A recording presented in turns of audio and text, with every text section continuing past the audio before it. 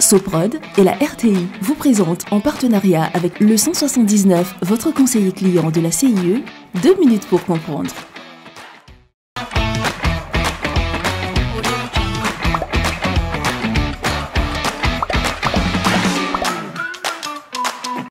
Bonjour, bienvenue dans 2 minutes pour comprendre, votre capsule quotidienne qui vous aide à comprendre comment fonctionne le monde qui nous entoure.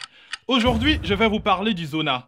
Voilà une maladie qui fait très mal, qui touche énormément de personnes et qui reste méconnue. Le zona se manifeste par des éruptions cutanées douloureuses le long d'un nerf ou d'un ganglion nerveux. Ces éruptions surviennent en conséquence de la réactivation du virus qui cause la varicelle, le virus appelé varicelle zona. Environ 90% des adultes dans le monde ont déjà eu la varicelle et sont donc porteurs du virus varicelle zona. Environ 20% d'entre eux sont atteints de zona au cours de leur vie. Alors comment se développe un zona ? À la suite d'une varicelle, presque tous les virus sont détruits, sauf quelques-uns. Ils restent dormants dans les ganglions nerveux pendant plusieurs années. Avec l'âge ou en raison d'une maladie, le système immunitaire peut perdre de sa capacité à contrôler le virus qui peut alors se réactiver. Une réaction inflammatoire s'installe alors dans les ganglions et dans les nerfs, causant l'apparition de vésicules, sorte de petits sacs contenant des sécrétions, disposés en grappes sur la peau. Le zona touche le plus souvent le thorax ou le visage, mais toutes les parties du corps peuvent en être atteintes.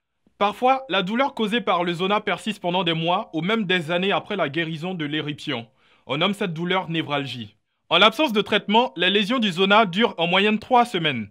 La plupart du temps, une seule crise de zona survient. Toutefois, il arrive que le virus se réactive à plusieurs reprises. C'est ce qui se produit dans le cas d'environ 1% des personnes atteintes. Les adultes déjà infectés qui ont été en contact avec des enfants atteints de la varicelle bénéficieraient d'une protection accrue contre le zona. Les scientifiques croient, en effet, qu'une seconde exposition au virus stimule le système immunitaire et contribue ainsi à maintenir le virus à l'état dormant. Le zona ne se transmet pas d'une personne à l'autre. Cependant, le liquide à l'intérieur des vésicules rouges qui se forment durant une crise contient des particules du virus de la varicelle. Ce liquide est très contagieux. Une personne qui y touche peut attraper la varicelle si elle ne l'a jamais eue. Alors, n'oubliez pas de toujours bien vous laver les mains. Le lavage de mains aide à prévenir la transmission du virus. Et surtout, consultez votre médecin pour savoir quoi faire en cas d'éruption cutanée en général.